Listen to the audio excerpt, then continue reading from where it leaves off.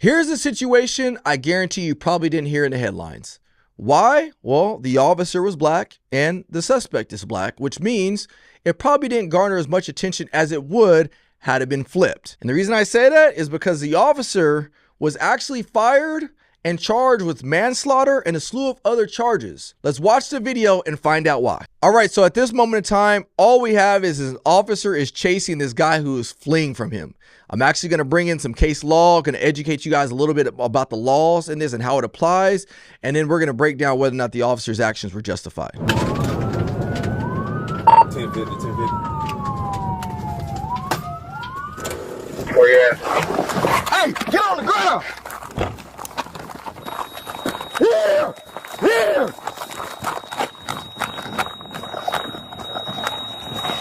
Here! Here! Sell it! Sell it!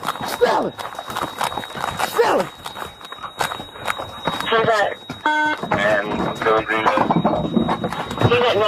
Okay, I want to pause the video right here. The guy footbails outside of the car. He flees from the officer. The officer gives chase. And what the officer, I believe, uses is what we call a door pop. Our canine officers have it. That means that they have a button that they can press and it releases the dog. Nothing wrong up to this moment.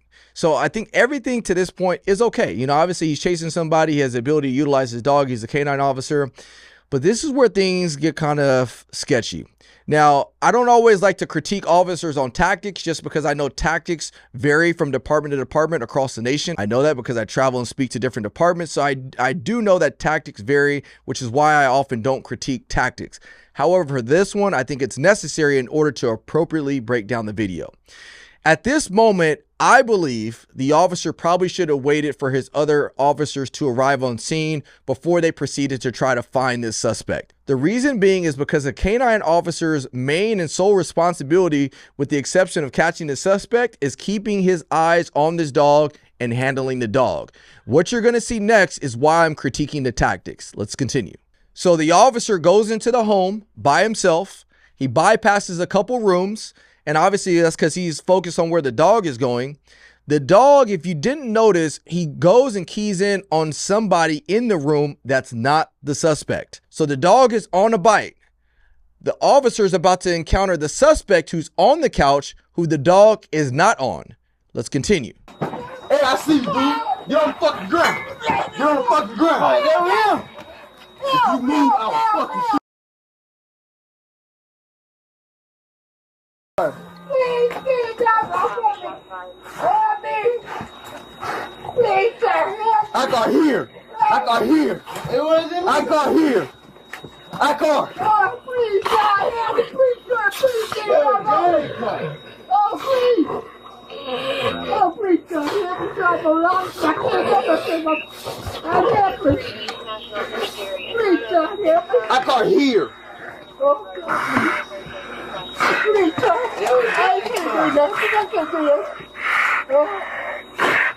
Please, God. Please, God. Please, save the dog. Please, save the dog. Oh, please. I can't do nothing. So this officer elects to utilize deadly force because he can't see the suspect's hands. It looks like it's pretty dark in his room, but he also has a dog on an innocent bystander who is an elderly man that he is trying to pull off of this man while he's still trying to keep his focus on the suspect. So finally, the officer gets the dog off the bite, but he's still, in a situation where he's still dealing with a suspect who is not, in custody, doesn't have handcuffs on. Potentially, if he had his partners there with him, he could be rendering aid.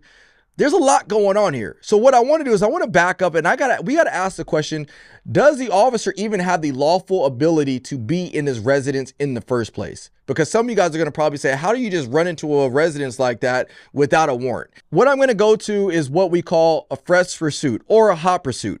And there's a couple things that I want to highlight why a hot pursuit or a fresh pursuit is pertinent, especially to this scenario. A hot pursuit or a fresh pursuit basically gives officers the authority to make a warrantless entry into a residence. So I want to go down 6 key things or 6 key elements that would establish a fresh pursuit or a hot pursuit. And then we'll break those things down, determine whether or not he was within those parameters. And then we're going to wrap it up by basically determining, okay, was his actions justified or not? Number 1, Lawful initiation of a pursuit. The police must have a lawful reason to initiate pursuit, such as witnessing a crime or having probable cause to believe that a crime has been committed. The officer has a lawful reason to initiate the pursuit. He tried to conduct a traffic stop. The guy fled. So he's within that parameter. Check. Number 2, immediate and continuous pursuit. The pursuit must be immediate and continuous from the time the police observe the crime or develop probable cause. There should be no significant delay or break between the observation of the crime and the pursuit. What that is essentially saying is, was there a break in time from the time the guy fled from the officer to the time the officer is encountering the suspect? There was no break in time. It was all continuous. So that's another check. He's within that parameter. Number 3, seriousness of the offense. Typically, the offense must be serious, often a felony, to justify a warrantless entry. Some jurisdictions may allow for pursuit in cases of serious misdemeanors, but this varies. So this one could be sketchy because we don't know what the actual crime that has been committed other than the fleeing. But what was the initial reason why the officer stopped this guy? I don't know. So this one is going to come up in court and say, hey, what were you stopping this guy for? Was it a taillight? Because if it was a taillight, that may not justify you making a warrantless entry on this person because all you're dealing with is a vehicle infraction. But it could be, you know, another crime that is related to this scenario. So that one we could put a question mark on. Number 4, public safety or preventing escape. The entry must be necessary to prevent the suspect's escape or to protect the safety of the public. The police must believe that delaying entry to obtain a warrant would endanger others or allow the suspect to escape. Again, this is another question mark. If he's making an entry into an occupied residence, which he did, does that put that other person in danger of this suspect the moment he makes entry? Well, this is going to come back to the officer's knowledge at the time. Did he know this place was occupied? For all we know, it could have been vacant or it could have been occupied. Let's just say there was children inside. Did the officer know that? Again, this is going to come up in court, so we'll put another question mark on that one. Number 5, immediate need to act. There must be an urgent need to act without a warrant, meaning that waiting for a warrant could jeopardize the situation, loss of evidence, harm to others, or escape of the suspect. So was there immediate need to act? Again, it's questionable, and it all goes back to, okay, what's the severity of the crime? Immediate meaning, could we slow it down? And if you ask me, I think this officer had the ability to slow it down, at least at the moment when they're at the door. And that's going to bring me back to the tactics as we wrap this video up. And the last one, number 6. Entry into a protected area. The pursuit must lead to entry into an area where there is a reasonable expectation of privacy, such as a home or private property. The fresh pursuit doctrine allows entry into such areas without a warrant under conditions mentioned above. So, was this a protected area? Yes, it's a house, and an occupied house at that. So if you look at these parameters at which, you know, a fresh pursuit or a hot pursuit would be valid, the officer checks a few of the boxes off, but there's also a few boxes that are questioned that leave questions, which is why it comes back to the very beginning of this video. And I want to go back to this moment right here. At this moment, when the officer is at the door with the dog, the dog has a fresh scent. The dog is saying, hey, I believe the suspect went in there. This is where the officer should have slowed it down, waited for his backing officers to arrive on scene before they proceeded to do whatever they were going to do next. And the reason that's so important is because as a canine and having trained with many canine officers throughout my career, it's their responsibility to handle that dog and make sure that their focus is on the dog and working that dog, which means you need other partners there to make sure that they can look for the suspect and they can figure out how they want to take this suspect into custody once they find that suspect. Because let's just take it a step further. Let's just say there was kids in this residence and the officer didn't know that, and the canine latches onto a kid, which is obviously just as bad as what we witnessed in this video. That officer, that canine officer, is liable for that. You have to realize that these canines, they don't know how to differentiate a suspect from a regular person. What they're keying in on is, you know, sense of fear, sweat, somebody fleeing, all these different things, but they don't know, oh, that's the suspect and that's not the suspect. They don't know those different things, which is why if that officer would have slowed down at the very beginning when he was at the door and allowed his partners to come and then they initiate a plan to go into the residence, he probably wouldn't find himself in that situation where now he has to get his dog off of a bite while at the same time determining whether or not he's going to utilize deadly force on this suspect. Which brings me to the last point. Here's another video of an officer, I believe, creating a situation of exigency, causing him to utilize deadly force.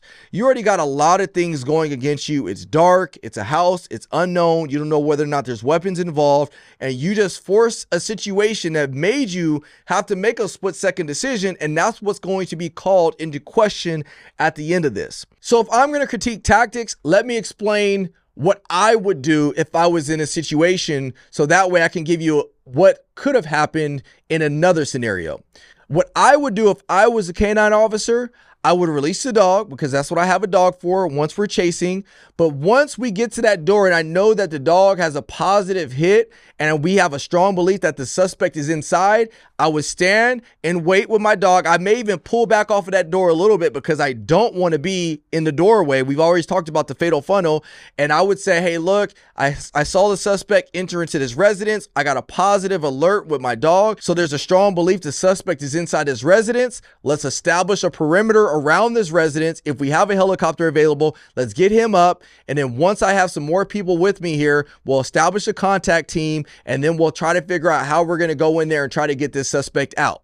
Now, let's just say you have belief that the suspect was inside and he was harming somebody. That's the only exception at this moment in time that you might think of making more of a dynamic entry into this house without anybody else. If you felt that there was somebody inside that was possibly going to be put in danger by the suspect's actions, i.e. creating bodily injury and or death. That's the only reason why you might hurry up and try to get inside this home. But other than that, you got to slow it down at this moment in time and try to get and think through the next steps, as opposed to just keep going on like we saw. And the other argument might also be is like, okay, well, what if this is a rural area? Ryan, you've talked about before, you know, sometimes if your back is 20 minutes out, you don't really have much options. Even if your back is about 20 minutes out, you might still have to wait. Again, this is going to be a hard judgment call, because let's just say you do wait the 20 minutes and that suspect ends up hurting that guy inside. That might be the hill that you might have to die on. But unless you have evidence of somebody screaming, somebody yelling, whatever it may be, just hold, because you're in a bad spot. Your primary focus, other than the suspect, is that dog. Because if that dog bites a kid, bites an elderly man, whatever it is, you're liable. So if it was me, you got to wait. You got to wait, at least get somebody else there with you. So that way you have somebody else that can focus on the other threats while you focus on the dog. Other than that, don't even use the dog. If you're by yourself, then you might say, well, I'm not even going to pull the dog out at this moment because I'm by myself and I'm in a rural area. I truly believe if the shoe was on the other foot, and if the officer was white and the suspect was black, this would have been all over the media, because I don't think the officers got it right in this scenario, which is why he was fired, which is why charges were brought against him. Ultimately is going to go to court for them to determine otherwise, and I would be highly surprised if they overturned anything in this scenario just based on all the information I gave you. So I want to know what you guys think in the comment section below. Remember, I don't like to critique tactics all the time because tactics always vary, but in this scenario, it's kind of hard not to critique the tactics when we see what happened in the end. What do you guys think?